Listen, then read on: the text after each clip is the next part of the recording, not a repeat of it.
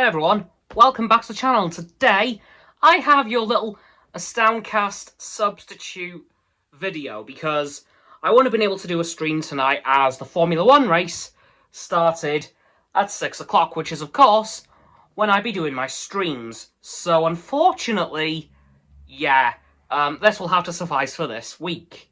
There will be no race this next weekend, so I will be able to do one next weekend, but of course there won't be any F1 talk. Firstly though, week's been pretty good. Hay fever, unfortunately, has kicked my backside for most of the week. I had, for some reason, a really dizzy spell on Friday morning, which did mean that I wasn't able to go to work because I couldn't even sit up without my head feeling like it was spinning. So that was fun, but by dinner time, roughly, it just disappeared. Don't know why, don't know how. Honestly, don't care. As long as it doesn't come back. Just as long as it doesn't come back. Of course, this week the weather has been insane. Unfortunately, that's been contributing a lot to my hay fever, as well as some really high air pressure, which has also messed with my head a little bit. Now, moving on to motorsport. Unfortunately, haven't been able to gather anything about IndyCar and NASCAR this weekend, so unfortunately I'll have to round that one up next weekend. But we have had the second round of the 2022 F1 season in, of course, Saudi Arabia, as I mentioned a couple of days ago. The race did end up going ahead somehow. Not quite sure how that ended up happening, but hey, it did. Unfortunately, as I'm sure we all know, Mick Schumacher had that horrific crash in the second qualifying session, which put him well out of contention for this weekend. In fact, he didn't even race, mainly because his car was, well, broken to bits. Like, as they were craning the car away, the rear wing and rear tyres fell off. So yeah, that wasn't happening. But yeah, that was him out of the race before it even started. And somebody else who went out of the race before it even started was poor old Yuki Tsunoda, who ended up going out before the race began due to engine issues. Beginning to notice a theme here, Red Bull.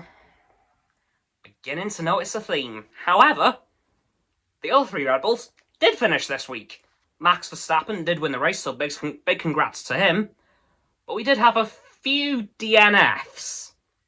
The first of which was Nicholas Latifi, who binned it in a wall. In, honestly, kind of typical Latifi fashion at this point. Like, he's DNF'd I think he DNF'd in the last three races. The last race of last season, last weekend, and this weekend. Great. Next up was his teammate Alex Albon, who, I think, he crashed with Lance Stroll, must have knocked something out of sync, and he had to retire there and then. And then, within seconds of each other, Daniel Ricciardo, Valtteri Bottas, and Fernando Alonso's engines all failed within seconds of each other. All on the same lap, literally within the space of like 5 seconds. They just went DNF, DNF, DNF. Don't know what happened. Hopefully McLaren, Alpine, and Alfa Romeo can figure that out before the next race. Because that's a bit of a problem. 3 cars going out in one hit. Like, that is really not good.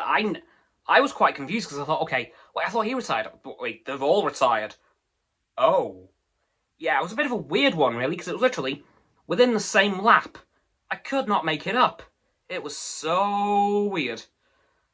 I honestly can't believe what I saw there. Of course, Max Verstappen, as I said, went on to go win the race. Charles Leclerc and Carlos Sainz did follow up in P2 and P3 respectively, so good work Ferrari. Definitely going to be watching out for those guys this year.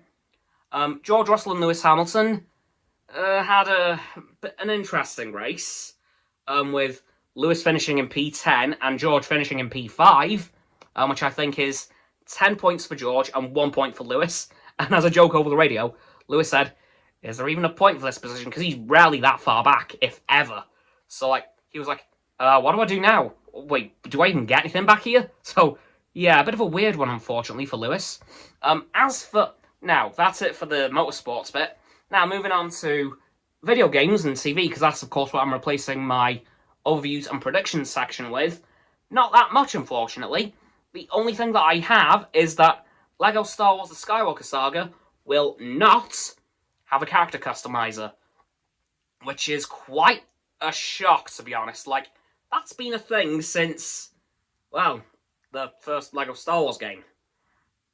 So I'm not quite sure why that hasn't happened. I'm sure there's a very good explanation for it, but just a bit of an unfortunate thing, really, that there will not be a character customizer in LEGO Star Wars The Skywalker Saga.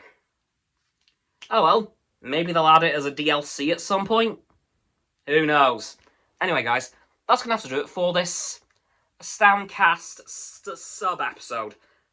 Yeah, so there will be a stream next weekend. Just wanted to update you guys on that one. So, don't forget to like this video, subscribe to my Roxanne's and Frost's channels.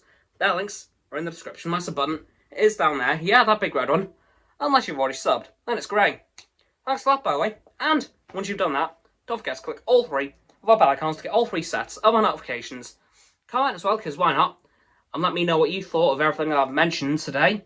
Once you've done that too, don't forget to follow me on my social medias. They'll be in the link tree, as I said. In the link tree, just above Roxanne's and Frost's YouTubes. And above those as well will be Roxanne's website and Frost's Instagram. Please go check those out. Once you've done that too, of course, don't forget to share this video with all of your friends so they can join the infinite loop of liking, subscribing, commenting, following, and sharing, and around and around and around that loop. I'll see you guys tomorrow with another video. Goodbye!